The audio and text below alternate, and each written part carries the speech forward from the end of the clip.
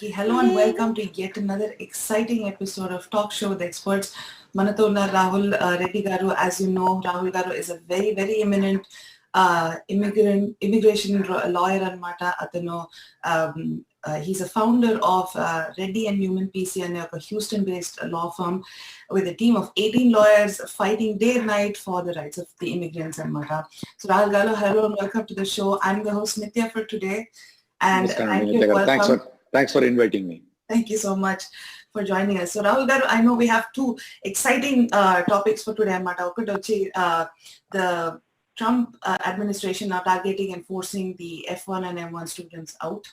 That's going to be one of our topics. And second, much awaited that furlough of USCIS employees, and that's going to continue. So we just want to discuss what are the ramifications and matter. But let's start with that first topic. CDC, they're saying that, practice social distancing, don't go out, COVID-19 is not yet out of the woods. Marovaipochi Trump administration is saying that if you do not attend classes, then you have to leave the country.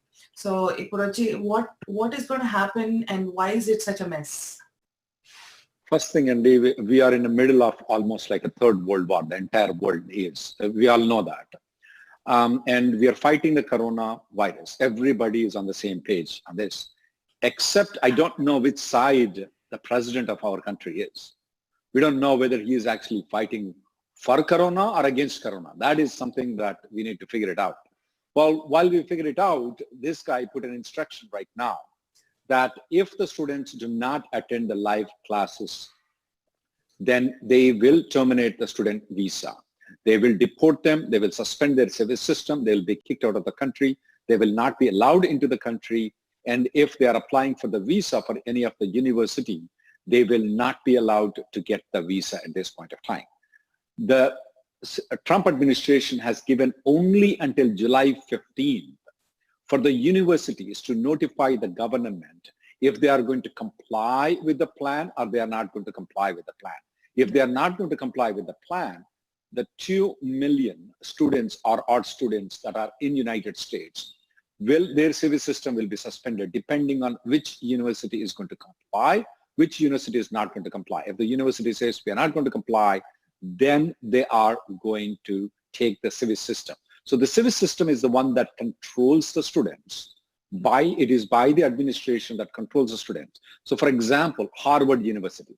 Let's say Harvard University has approximately 100,000 foreign students. So if they have 100,000 foreign students, if the Harvard University says, hey, look, we can't risk the students. Not only we can't risk the students, we can't risk our staff. I mean, some of those people are Nobel Prize Award winners too. And when the corona hits, that doesn't care Nobel Prize winners. They don't care any of those things. So they want to protect their staff and they want to protect their students. So Harvard has to make a decision by July 15th. What is their priority? Comply with the regulations or kick all the 100,000 people out? Obviously, Harvard University and Massachusetts Institute of Technology has filed a court litigation. That came for the hearing, but the next hearing is actually Tuesday. So the judge says that she has to go through about thousands and thousands of pages of things to review. And she said she's going to work the entire weekend, but she's not sure if the judge can be able to humanly possibly go through the entire thing and come to a decision before July 15th. So if by July 15th, the court doesn't put in a preliminary injunction on this one, it is going to affect starting in August, but the university people have to notify by July 15th. Now they have given an option though. The universities don't conduct any live classes? Mm-hmm. Would they conduct part of their classes live classes? If they conduct part of their classes, live classes, they will be allowed to get the student visa and the service system will be continued. But if they don't do any live classes, which most of the universities, at least in the second part of the last year, that means somewhere in April or May of the 2020, the second part, they stopped completely. So if they do a part of their class in the live class, though, they will be allowed to continue in the service system. If the university says that everything will be online or a Zoom or the things, then they have to suspend the study system. All the students have to move out of the country. There's no option for it. Got it. Rahul Garu, I know we're going to continue discussing this topic on MATA, but in the meantime, we have a few callers. Let's just quickly switch gears and go to our callers, and then we'll come back right to this topic. Sure. Hello? Hello? Hello. Hi. Hi, my name is Reshma. Can you hear me? Yeah, hi Reshma. We can hear you. Hi. I'm sorry, say that again? We can hear you. Okay, great. Rahul, I have a question for you. I want to know if there's a good chance I will get an RFP. I want to give you my background. I had an amendment denial end of May 2020. My I-94 and I-797 are good through early March 2021. I have an I-140 I remember. that has been I approved. remember you, Reshma. Yeah. Fantastic. So my employer's lawyer was not able to send the end client letter and the vendor letter in the package because those letters were old. So my employer provided a notarized employment letter that has all the details of end client and vendor and location and job duties and so forth. And there's also an expert opinion letter that the lawyer added. My question is, will there be a good chance that I'll get an RFP? There is a chance you might get an RFP. There is a chance you might get an RFP because you didn't include the end client letter though. Although we are noticing that the amount of RFPs or the denials have gone down very significantly because of the IT serve decision, compromise decision, where the USCIS has backtracked on its memo that it issued in February 22nd of 2018. You have a chance of getting the RFP, but I would say you have about 25 to 30% chance of getting an RFP at this point of time. Reshma, as we discussed the previous 2 weeks ago, I strongly recommend you go with premium processing though, because you said your I-94 expiring is in the early part of the 2021. I would like to get the decision before the premium processing. If by any chance it gets denied, you get third chance to file one more amendment plus extension. Yes, it's gone in premium processing. That's so, good. That's good. That's a good decision you did. That, it'll be processed. Yes. Any other thing that you would like to advise me on? Or any tips? No, ma'am. It's always try to get the decision before the I-94 expires. That is the best thing. Since you have until about April of 2021, you have the cushion. Right now, your amendment plus extension got denied. So what? You filed one more application. You're not in illegal status. You're not out of status. You're still continuing working right now. So if you get a decision before the I-94, you'll be in a much better position. Okay? Thank you, Reshma. Okay. All right. Yeah, that's all I have. Thank you so much. Okay, bye. Thank you, Reshma. All right, Rahul, we quickly have one more caller and then we're going to get back to this topic as well. Sure. Hello? Hello. Hi, my name is Shashi. Yes, Hi, Rahul. Hi, Nitya. I have a scheduled call tomorrow with Rahul Reddy. So is it a good idea for me to speak now, or, shall I catch you tomorrow as part of, consultation call? You already paid me $300. I will definitely give you full attention of half an hour when you have paid me that much amount of money. It would be better to hold on until tomorrow unless it's very urgent. Oh, no, it's not urgent. I can catch you tomorrow because anyways, we have scheduled call. So I thought of joining. Thank you. Sure. Thank you, Shashi. Thank you so much for calling. All right, Rahul, we have one other caller. Sure. Hello? Hello. Hello. Hi, Rahul. Hi, sir. Please go ahead. May we know your name, please? My name is Pandu. Actually, I want to know about, it recently heard that there is some new immigration executive order is coming up soon. So any idea that what it is coming up, and is there any chance that re-perm validation is going to be part of it? Did you say okay? we don't know yet what is in the content of the executive order. One thing is for sure, this administration is going all out against the legal immigrants. That's for sure seems to be the way of this administration. We don't know at this point of time. What we know for sure, the administration has clarified, is that they do want to get the DACA EADs to be cancelled in another way, because they tried to do with the executive order, but they couldn't do it. So they're trying to see, because the explanation what they have given does not seem to be legal according to the Supreme Court. So now they are telling that, okay, we're going to give a different explanation to deny the DACA EADs. That's one thing. You rightfully pointed out that recertification of the labor certification is one of their agenda.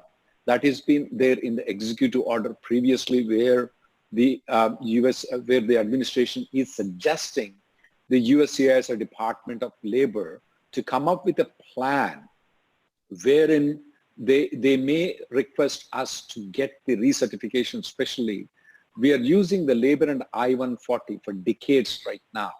And then based on that, we are getting the H1B extensions.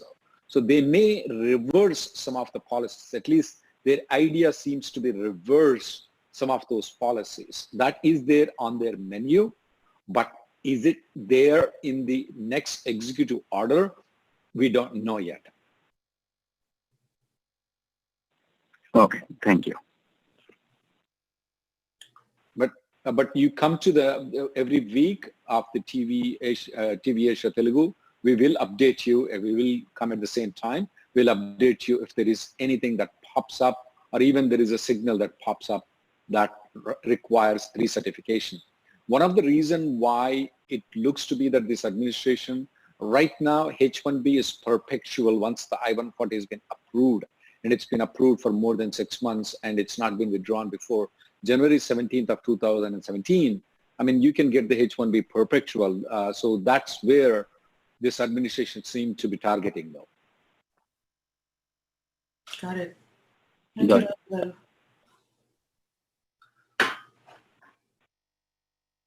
Thank you, sir.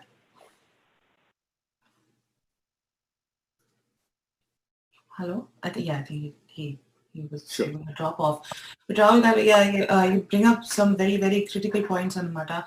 But getting back to our topic on this F1M1 students that are being forced out, in terms of like their status, what's going to happen when if they're made to leave the country? Can they continue their education from India till a time when the classes are back on again, or is there clarity around anything of their future? If they leave the country and they're trying to come back after more than 5 months, they will have to get their visa stamped again, though. Okay. So the visa stamping will not be valid. So that may be a big problem for them to go outside the country and come back. And also, if they violate their legal status, technically speaking of their passport visa might be invalidated. In other words, they may have to still go back and get the stamping again. Now here, it's not them violating, even if the university is violating also, that may be imposed on the students though.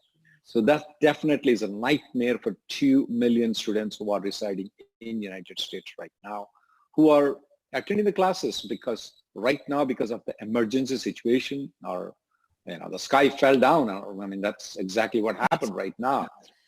There are millions of people who are getting affected with the coronavirus, and hundreds of thousands of people are dying. And to prevent the spread of the coronavirus and to prevent the death, and then even if the disease is there and it's cured, you will have a long-term effect on this disease, on your lungs and certain other things too. As I'm one of the victims of the coronavirus, so I can tell that it's not an easy thing to go through. I've gone through. It's been I'm just got away right now, but it is definitely a thing that the CDC is trying to prevent. The universities are trying to prevent, but looks to be the administration is hell-bent on getting these students' classes started. It is not only for this particular F1 and M1, This administration is also trying to force little kids, kindergarten, first grade, second grade, third grade, all the students, hey, you better come to the school. You don't come to the school, you risk your life, because if you risk your life, I think so the administration thinks that they can make more money because it's going to generate more revenue for whatever they are thinking about. So they are trying to force even little kids also to go to the schools right now, which most of the states are opposed to that. We have seen the court litigation is also there on the ICE also at this point of time.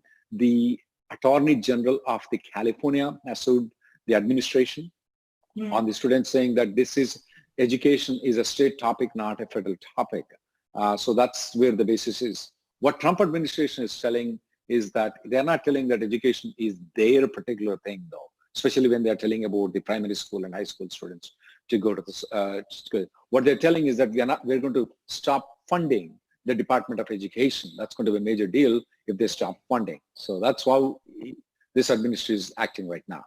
As I was pointed out before, we are in the middle of a third world war, and this war is a little bit different. We don't have any, the bad guy here seems to be Corona or COVID, what you call it as, but we don't know which side our president is. Right. Unfortunate, but I do hope, sir, they find a silver lining through all this. Rahul, my next topic is the furlough of USCIS employees. We touched upon this in our last episode also, Anumata. And there's a major, the caption is prepare for delays. So how can people prepare for delays? What actions can be taken?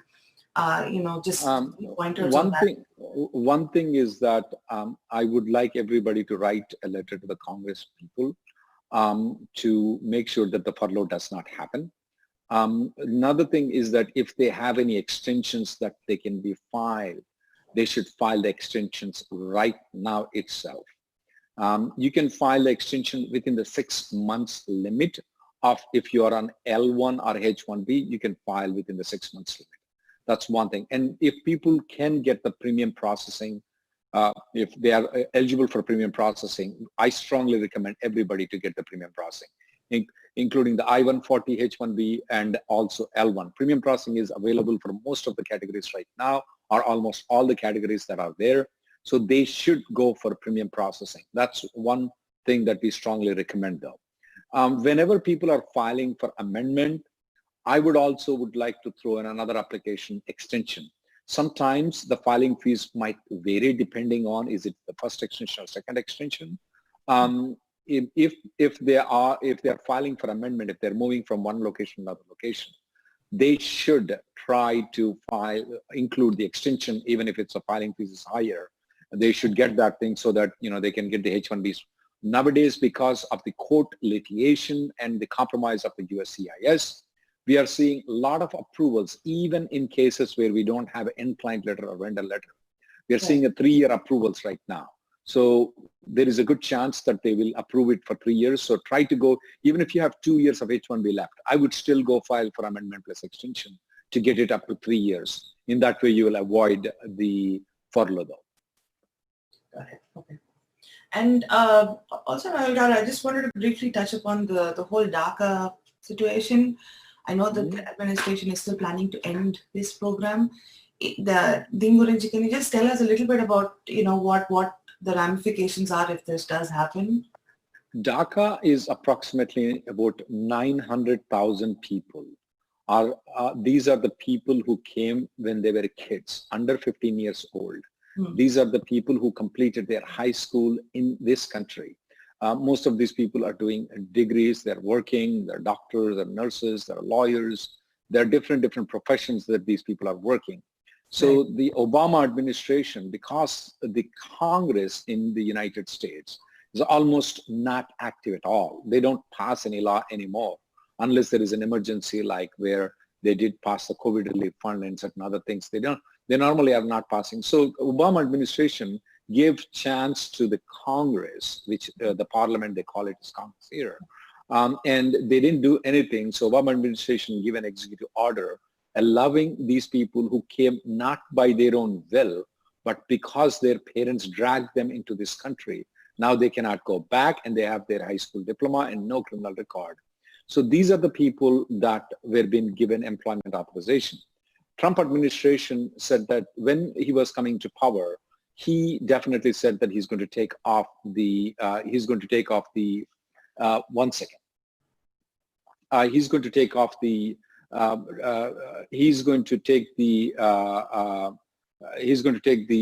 employment authorization off from these people. Now, when he came into power in 2017, he tried to do it, but the Supreme Court blocked it, and Supreme Court gave a decision that the way that the Trump administration did it is not legal. Now, having said that, the way that the Trump administration approached is not legal. So now what the Trump administration is doing is that, okay, we approached a certain way, now we're going to approach a different way in getting rid of these EADs. Like I was, there's an old statement there, when they came for the, communist, we didn't protest it. When they came for the Jew, I'm not a Jew, so why should I worry about it? When they came for me, there's nobody there to protect me. That's the normal word. So this, even though the Indians may not be affected very much on this DACA thing, we need to fight it, because the next in the list is the H4 EAD, which they want to take it, and they made it very clear that they are going to take the H4 EAD off also. So DACA is a testing ground for the administration. So if that goes through, the next one is H4 EAD. There are a lot of other things that will pop up. As we have seen that he already put an executive order banning for the next 6 months, they cannot come into H1Bs, L1s, and J1s cannot come into this country. He also put a limitation that no family preference green cards, no employment-based green cards can be given from outside the country. Especially about 90% of the family preference green cards are given from outside the country. Approximately around 10% of the employment-based green cards are being given from outside the country. Initially, he said that it's only for if I recall, it's either 60 days or 90 days. Initially, he said that. Then he extended it for the next 6 months, that is until December 30th of 2020. Now, if you look into the H1, L1, and J1 bar for the people to enter into this country, getting a new visas, that is only for 6 months at this point of time, until December 30th of 2020. However, if this administration continues, though, I'm sure that they will have a plan to extend it beyond the 6 months period. That means that they may say, okay, we're going to extend more 6 months. He could not, on the executive order, cannot ban it for a period of 1 year or 2 years. His power is limited, though. But he can keep on extending this short-term periods and make it long-term. 6 months, he can keep on extending it. So unless these things are protested, what I want all the people who are audiences of the TVASIA is that they should approach the congressman to identify what problems you or your friends are facing now. You don't have to be a US citizen to write to a congressman. You can be a H1B, you can be a different visa person, and you can still approach the congressman, and the things are confidential. So you can approach the congressman and explain, look, my wife is stuck outside there. My, certain, whatever your needs are, you should explain that to the congressman so that they will listen to you guys. Right. And I can speak from experience. We have done that in the past, and it has helped us a lot. So that's I would definitely second that, Rahul. Because one other question that I had was, I see a lot of people in the legal immigration queue opposing the whole DACA program, saying that, hey, you know what, because they're investing so much time and funding into this whole DACA program, they're not taking care of, people who are legally trying to enter this country. And they seem to be angry about it. So what, how would you respond to such people then? Well, it's better that don't try to say that don't give benefit to others, only give it to me. Right. It doesn't make any sense. I mean, it doesn't say morally, it doesn't make any sense when you're telling that story to somebody, saying that don't give the benefit to that guy, but give to me. You could voice it in another way of ignoring the other part of it and then requesting that please give me the benefit to me. That will be a better way, because let's say, for example, you're approaching a congressman and you're telling that Senate 386 bill is a perfect example of it, okay? This Senate 386 bill will allow the Indian nationals to be not to be discriminated. Right now, the green card waiting period, according to the Cato Institute, is that if you file a green card application, it takes 150 years for the Indian guys to get the green card. Right. Now, while for the other nationals, it's only about 1.5 to 2 years. So there is a discrimination. The Senate 386 bill is a very good benefit, though. So, however, when you're approaching Senate 386 bill, don't try to tell them that it is benefiting Indians. It is actually not benefiting Indians. It is only treating Indians equally with everybody else. Right. So when you're asking something, try to approach the Congress people in a proper fashion. Hey, please benefit Indians. Why would the congressman be interested in benefiting the Indians? For him, everybody is the same. So he won't do it. So the way you should approach for the Senate 386 bill is that, look, certain country people are getting discriminated. All this bill is doing is, it's not increasing the number of green cards. It's not doing anything. It's not increasing anything. All it is doing is taking the discrimination off. So that's all you should request when you go for the Senate 386 bill. This is, which is going to, take the discrimination off and might benefit a lot of the people who have been waiting for a long period of time. Now, whenever you are asking anything, don't give it to the other person. That's not your job. Just tell that I want Senate 386 bill. Yeah, there are also some people who I meet in the Indian community. They're also anti-immigrants. I don't know where they come up with that kind of sentiments. Even though, there is an old German principle, what they say is that when you climb up the ladder, take the ladder off, throw the ladder down, and throw it out so that it can't be used by other people. Yes, there are some people that climb up the ladder, and then once they climb up the ladder, the first thing they want to do is that take the ladder off. Or once they reach there, they don't want the ladder, so the other people want to come up there. So I do see in the immigrant communities also, even though they have taken the immigration benefits of getting the green card through legally by paying through the legal sources, they still want to remove it. I mean, I don't understand, I don't understand, but the logic is what they're trying to do is they climbed up the ladder and they're removing the ladder. It's very bad that they're doing it, but I do see some of the immigrant communities also are not in favor of the immigration. I would say small percentage, but they are there. Yeah. So when we are coming to the DACA, though, I strongly suggest our audiences to either you support the DACA or you just stay neutral because you focus on Senate 386 bill, but don't try to oppose it. It's not in your favor to oppose it. It's not going to benefit any of the Indian community by opposing it. Right. Great answer, Rahul Reddy. Thank you so much for that. Also, I just wanted to touch base on this this whole biometrics and USCIS interviews. One side they talk about furloughs, on the other side they're saying they're expecting all these programs to restart.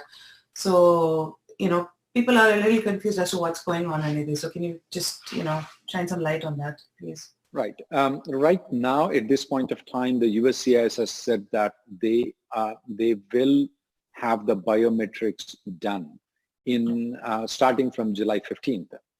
However, though, the previous biometrics that we received for the month of March and to an extent to the April were being cancelled because of the pandemic. Okay. Now, we have not received a single biometric notice at this point of time. Although they said that they will start the biometrics, they have not given any clear indication. They have not requested any of the people to be interviewed at this, scheduled at this point of time. Going back to this furlough biometrics and is it correlated? Yeah, to an extent, it is correlated. If you look into USCIS, the Trump administration has changed its policies so many times. Right. No. So, for example, this biometrics for the H4, biometrics for the H4 extension or F1 or B2 extensions, and all those things never used to exist before. They came in March of 2019. So all these extra burdens this administration has created has driven the USCIS into bankruptcy. It is not that we are paying the money, we are paying the filing fees. They should have been running properly, but because of the extra burden this administration has created, the USCIS is bankrupt. The biometrics is an extra burden for the USCIS. Previously, we used to get the H1 and H4 and the EAD to be approved at the same time when they are being filed at the same time. Now they segregate it because now H1 doesn't get biometrics, H4 gets a biometrics. And that takes a long period of time to get the H4 approved. In some cases, approximately 16 months to get these things approved. So it's a lot of burden for the USCIS. Now we have the 944, which is for the public charge. I mean, it's a very lengthy form for the green card application that has been introduced. It's a huge paperwork. Even if your mother comes into the United States and now you decide to get the green card because you're a U.S. citizen, if you want to file a green card application, we need to get a credit card, we need to get a credit report from USA. She just came in. How are you going to get the credit report?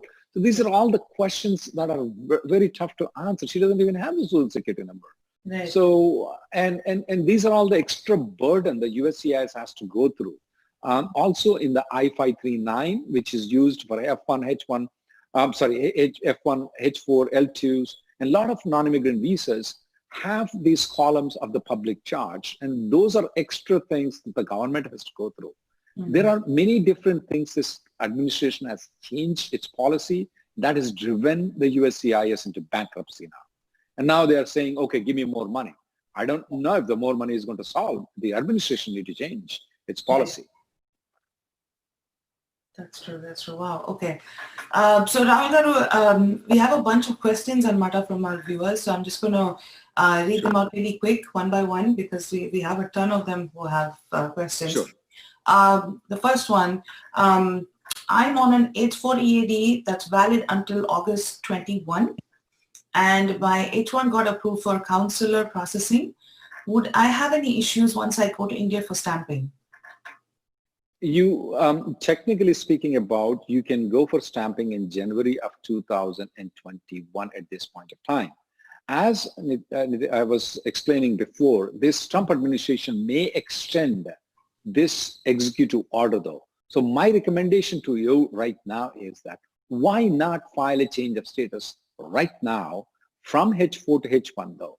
You have a H1, you have H4 until 2021. You can still file a change of status though right now. Do you need to go into the lottery system? No. If the same company that filed and got you the H1B approval wants to file a change of status from H4 to H1, they can do so without going to the lottery system. I would advise instead of going to the consulate to go for a change of status right now. Even though you didn't do it at the time when you filed H1, you can still do it right now. Okay. And that way they don't even have to leave the country. Absolutely right. Awesome. Awesome. This is so cool. All right. Our next question is, we have filed for H4 and an H4 EAD. The biometrics haven't happened due to the, the COVID situation. Could you please let us know when they might reopen the biometrics and what happens if it's delayed?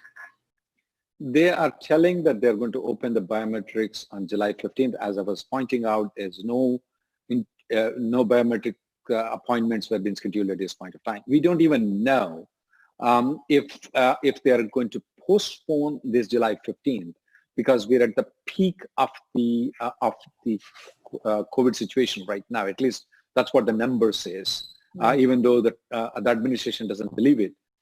So we don't know how long. They may open on 15th, they may not open on 15th. And if they don't open and the administration doesn't change its opinion, if you have not given the biometrics in USA before, then your H4 and EAD will not be approved. Okay. Wow, okay. That kind of puts them in a little bit of a pickle, right? Right.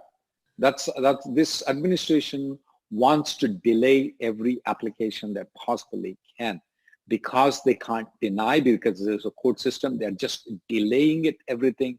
Delaying justice is denying justice. That is exactly what this administration is doing it. From the inception of this administration, they have incorporated a lot of anti-immigrants in the top level of the USCIS, in the Immigration Customs Enforcement, and they are the people who are running the show, and they are all anti-immigrants given authority of the Immigration Service to them. Got it. Yeah, makes sense. All right. Our next question is that I have my H4 visa interview scheduled in August, and this was done well before the executive order came out. Should I cancel the interview, or will the embassy cancel the interview automatically? The embassy automatically will cancel the interview. You don't have to particularly go and cancel the interview. They'll cancel the interview if it's in August. Awesome. Okay. Let's see our next question. I am on EPC model and my employer is getting ready to file an extension and an amendment. This person says they're unable to get an updated Incline letter and vendor letter as they provided them before the pandemic. He says he has all the other documents in the package. Will I get a denial or an RFE? Because of the IT serve court litigation, though, we are noticing some of the H1Bs without the end-client letters and vendor letters getting approved without any problem. Right. Although that may not be in all cases, but most of the cases they are. So there is a chance for you to get an approval without any RFE at all. Okay, great. All right. If the H4 EAD extension is pending, will that be affected with the, with the current delays? And is there anything that can be done to speed up the processing in that case? Nothing can be done to speed up the process at this point of time for the H4 EAD. We used to have a court litigation because of some technical rules. We have to stop the court litigation, but we may resume it starting from maybe 2 to 3 months from now. But as of now, there is nothing. I mean, you can contact the congressman, and I know that 99% of the time, they'll say, your expedited request has been denied. You can raise a service request to do the expedited request. That most probably will be denied too. We have noticed that the only expedited requests that are working right now is for the healthcare workers that are working with the COVID patients. That is working right now. Got it. Okay, yeah, that makes sense. Also, yet another question is, how will this whole situation affect H1B and H4 EAD renewals for I-140 approved cases if this person's renewal is due in December? If the renewal is of the H1B is due though, based on I-140, if its renewal is due in December, you can file an application right now. Okay. I don't know, due means if the expiration is in December, you can file it right now. But if the expiration is in June of 2021, you have to then wait until December to file the application. Yes, there is a good chance that you may hit the wall of the furlough of the USCIS, and that may delay your entire process, but there is not much anybody can do about it. Got it. Okay, here's another interesting one. It says, my sister got married and applied for an H4 visa in March. Her fingerprint appointment was done, but her visa appointment was cancelled due to COVID. And because of the current executive order, she can't apply for H4. Can she apply for F1 visa when the consulate opens? So, No. If the purpose for the people to come on F1 visa should only be to come here for education purposes, though. If they're already married to the H1B person and they're applying F1 only to join the husband, that will be technically considered to be a violation of the application process itself. And they may be hit with a misrepresentation. So I would strongly recommend that they should not pursue the F1 process. Wait until December because they may have a long-term negative consequences if they do so. Right. And what you're saying is super critical, Rahul, because a lot of people tend to, jump. Yeah, and then they also think that B2 can be applied. Right. No, I would strongly recommend if you're eligible for H4, don't apply for B2 at all. Right. Unless there is some medical emergency, and that too, if you consult with a lawyer to make sure that you're complying with everything there properly. Well, my general advice is at this point of time, if you are eligible for H4, don't apply for F1 visa or B2 visa, you may have a long-term negative effect. Right. Rahul Garu, we have another question. This is from one of our viewers, Sam Anderson. He says he's on a L1A, he's L1A, Australian citizen, but was born in India. So he says, what are the chances of getting a green card if I have applied in 2020? Even though the backlog for the EB1C green card is about 4 to 5 years right now, 4 years right now, we are expecting the backlog to come down significantly if you are in United States, though. The reason is that because of the family preference categories that were being barred to get into United States, those extra green cards should be falling into the employment-based visa category, particularly to the EB1 category, though. So we are expecting those things to get expedited. I mean, to move, not expedited, sorry, to move forward, though. As we were discussing there before was that, look, because if he would have been an Australian-born person, he would have got the green card much faster. There's no waiting list for them. But since he's born in India, though, he comes under the Indian category, and that is backlogged by so long. But he has a good chance. I would strongly recommend that he apply in 2020. And I'm expecting in September, we'll get the October visa bulletin, which we are expecting the dates for the EB1 to move significantly faster. That's my expectation. It's also, the State Department has clearly indicated in their statement that they're expecting forward movement of the EB1 category because of the family preference extra green cards that will fall into the employment-based immigration. They have clearly expressed. So this guy has a good chance to get the green card faster. Got it. That makes sense. Rahul, which sort of cascades into another question. What was the reasoning behind, the green cards being given based on the country you were born in versus the country you're a citizen of? One simple thing. You can go and pay $5,000 and get a passport. You know that? Yeah. I'm not speaking of getting an illegal passport. Right. No. There are countries that will sell the citizenship for $5,000 to $10,000 legally, completely legally. Going through lawyer, you go there, you pay them $10,000, government fees, okay, and you get the passport. So if it were based on the citizenship, though, I would have got all my clients going to some South American country, get the citizenship from there and fly back into the country and get them the green card immediately. That's one of the reasons why they take the country of birth as very important.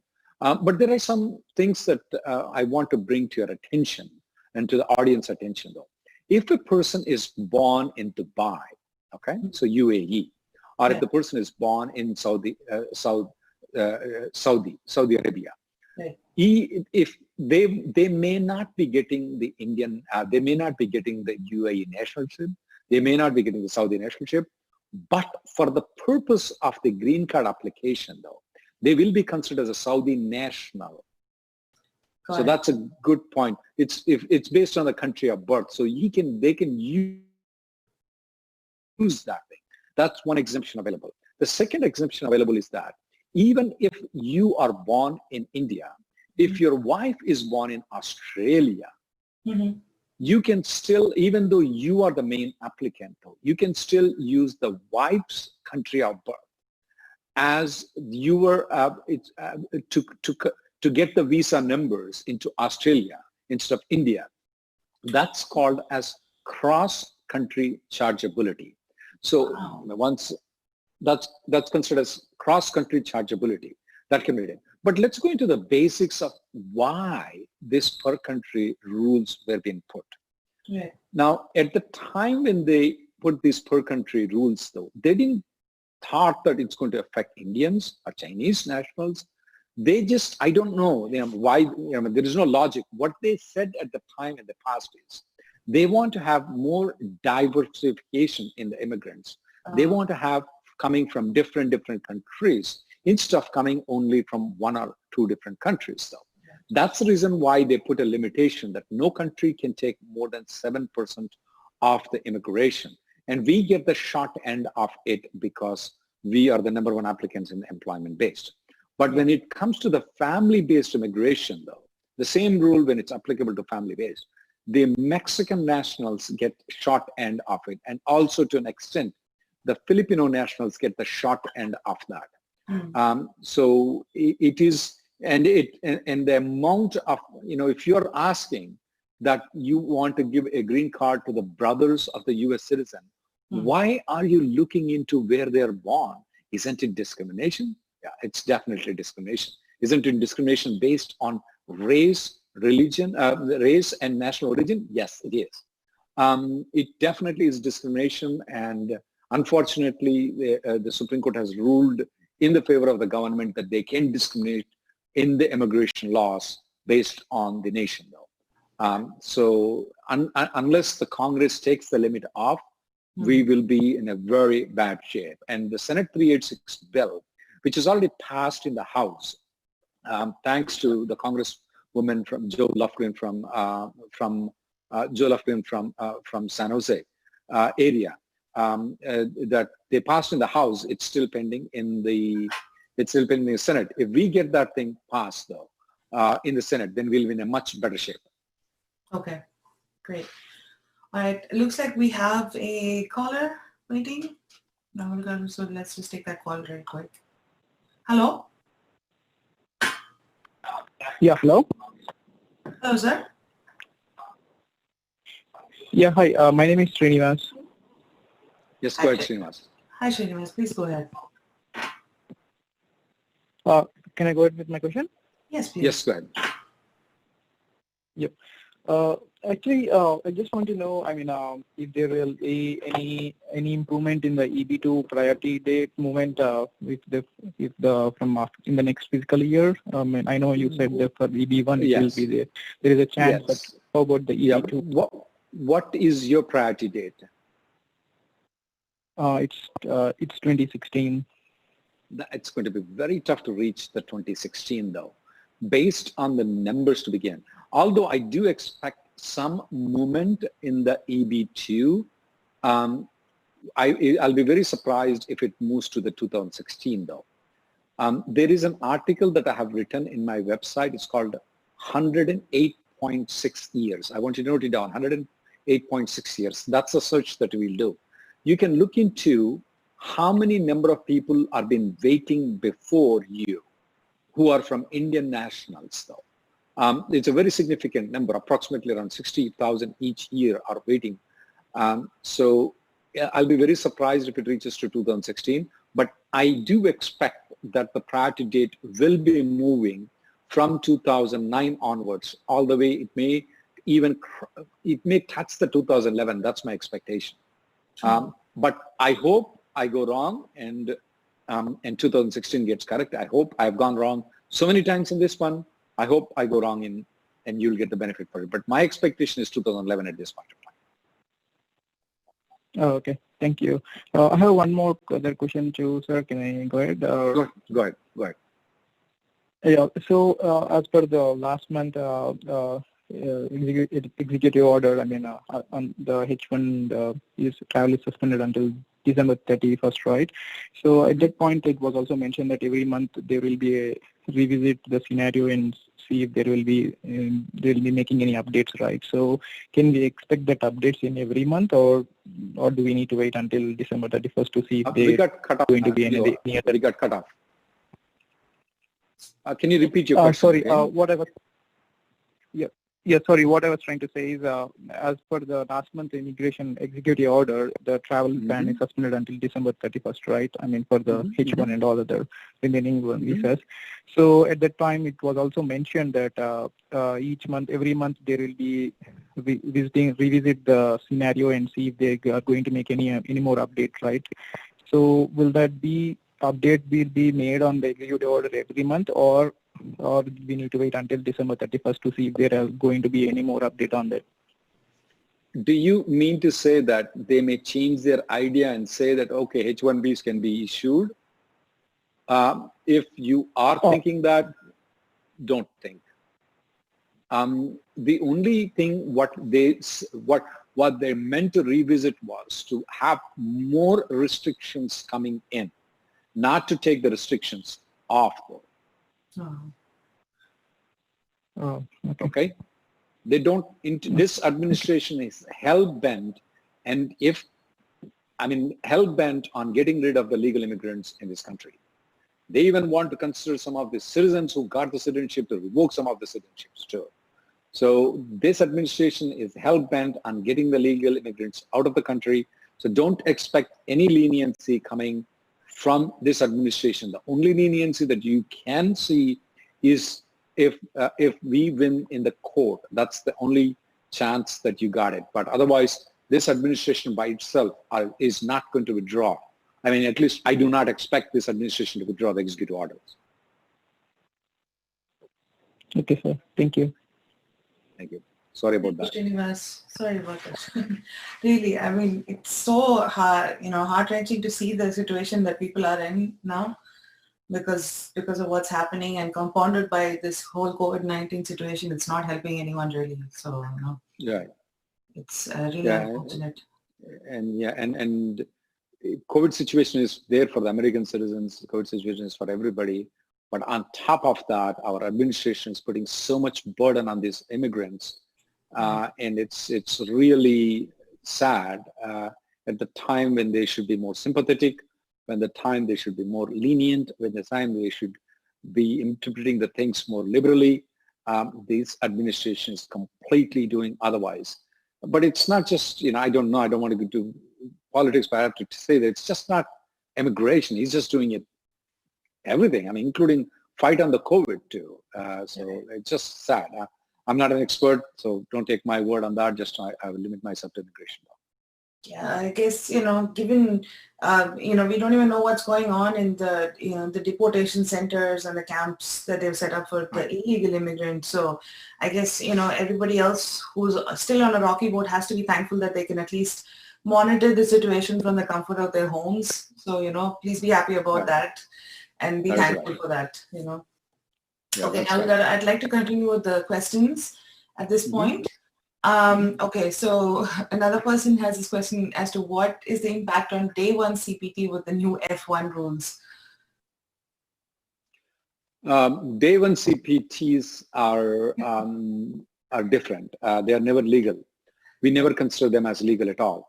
So this particular ICE Immigration Custom Enforcement provision, what they said is that no online classes were allowed, except one class. All the classes has to be regular classes. Was been there from the beginning. What's the reason why student visa people are in this country? They should attend the classes. Now, the reason why we are asking exemption at this point of time is because the COVID situation is not allowing people to congregate together and sit next to each other in the same classroom. That's the reason we're asking the exemption. So the day one CPT universities were all illegal before too. Nothing new about it too. USCIS many times denied, several thousands of times, denied their status when they wanted to move from day one CPT university to that of the H1B. We have had a lot of denials, port of entry issues with this day one CPT university. So if anybody is contemplating in joining in the day one CPT university, I would strongly discourage them. Never go join those universities. So do it the hard way, guys. Go to a legitimate university, do your GREs and TOEFLs, and, find a good place that will have you back. All right, Rahul, the next question is, our viewer says his H1 extension is approved, but the H4 is yet to be approved. Can I apply for an H4 EAD while the H4 approval itself is still pending? Yes, they can. I don't know why you did not apply it along with the H1B, but absolutely you can file the EAD application while the H4 is pending. Make sure that you enclose the H1 approval, H4 EAD, H4 receipt notice, pay stubs of your husband, of your spouse, and apply for the H4 EAD. Don't wait for the H4 to be approved. You can apply before itself. Great. Okay. I think that will, give them a little bit of peace. Okay. Just one last question before we wrap up today. It says my wife's H4 and H4 EAD renewal application got an RFE. They replied to the RFE and the status on USCIS is changed to RFE response received as of June 7th. How long might it take for USCIS to process this case again? Since H4 and EAD, it's an RFP response though, they may take less than 30 days to adjudicate the case. That is the general consensus at this point of time though. It shouldn't take much time. It shouldn't take more than 30 days. That's the normally how much time they take to adjudicate the case. Okay, perfect. So mana TVASIA Telugu viewers andarki, okay, I think we have one quick YouTube question. What is the option to extend the expiring green card if biometric offices are not open for the next few weeks and if we have to travel out of the country? Wow, that's a good question. You can go online and file an I-90 application. Then you have to seek an appointment with the USCIS, and it's called InfoPass, but you have to call them through a service request, and they will give an appointment, and you have to go to the USCIS. They will stamp your passport that you will be allowed to travel back into this country, and based on that passport stamping, you can travel outside the country. Awesome. So, sir, hope that answered your question. All right, mana TVASIA Telugu prekshakulandarki, thank you so much for tuning in to our show today and listening to us. Rahul Garu, you're awesome as always, helping out so many people and answering everyone's questions so patiently. And we're going to be back with another episode next week, same time, same place, Sunday 4 to 5, with lots more questions, lots more answers, hopefully, and, hoping the situation improves on Mata. So please like, share, subscribe, TVASIA Telugu, and, follow this show, every Sunday, as I mentioned earlier. And we're going to be signing off right now. This is Nitya, and we have Rahul Reddy Garu. Thank you so much, sir. You have a nice weekend, folks. Thank you very much, Cynthia. Thank you.